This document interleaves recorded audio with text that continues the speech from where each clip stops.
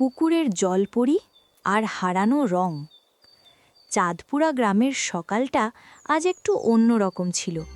পাখিরা ডাকছিল, কিন্তু তাদের গানে যেন বিষণ্ণতা লুকানো ছিল। পুকুরের জলও আজ নীল নয়, মলিন, ধূসর আর শান্ত। পুকুর পাড়ে দাঁড়িয়েছিল আমাদের 5 বন্ধু: রুমি, টিন্নি, বাবু, পুচকু, দাদু। রুমি পুকুরের দিকে তাকিয়ে বলল, দেখো তো, পানিটা আজ কেমন ফ্যাকাশে। টিন্নি হাঁটু গেড়ে বসে জল ছুঁয়ে বলল, এটা যেন দুঃখী হয়ে গেছে। ঠিক তখনই একটি লাল ডানা ময়না এসে ডালে বসে বলল, জলপরি কাঁদছে, পুকুরের রং হারিয়ে গেছে। বাবু ভয় পেয়ে বলল, জলপরি মানে জাদু?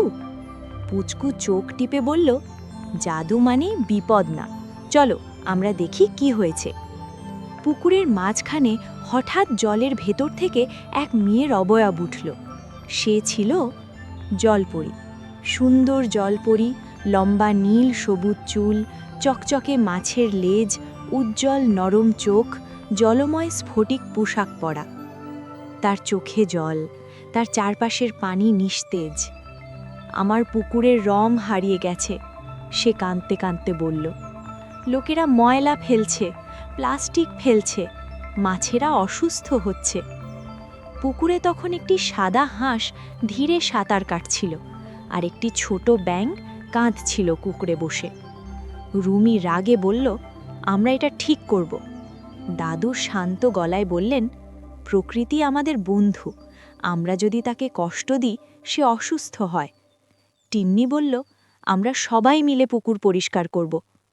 পুকুর পাড়ে তখন একদল কাক, বক আর চিল এসে বসে, তারা যেন সাহায্য করতে এসেছে।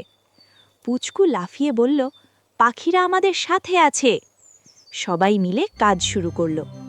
রুমি আর বাবু প্লাস্টিক তুলছে, টিন্নি কাগজ আর বোতল জড়ো করছে, পাখিরা ঠোঁট দিয়ে ছোট ছোট ময়লা তুলে দিচ্ছে, একটি কচ্ছপ ধীরে ধীরে তলার কাদা সরিয়ে দিচ্ছে।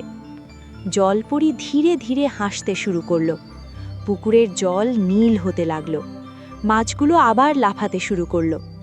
হঠাৎ একটি রঙিন মাছ লাফ দিয়ে বলল, আমরা আবার সুখী। জলপরি উজ্জ্বল হয়ে উঠল। তোমরা আমার পুকুর বাঁচালে, সে বলল। পুকুরের চারপাশে তখন ড্র্যাগন ফ্লাই, প্রজাপতি আর মাছরাঙা পাখি উড়ছে। দাদু বাচ্চাদের দিকে তাকিয়ে বললেন, দেখলে, আমরা প্রকৃতির যত্ন নিলে প্রকৃতিও আমাদের যত্ন নেয়। বাবু হাসল। জলপরি কিন্তু খুব সুন্দর। সবাই হেসে উঠল। জলপরি হাত নেড়ে বিদায় জানালো। পুকুর আবার রঙিন, জীবন্ত ও আনন্দময়। শিক্ষণীয় বিষয়, পরিবেশ পরিষ্কার রাখলে প্রকৃতি ও প্রাণী সবাই সুখী থাকে।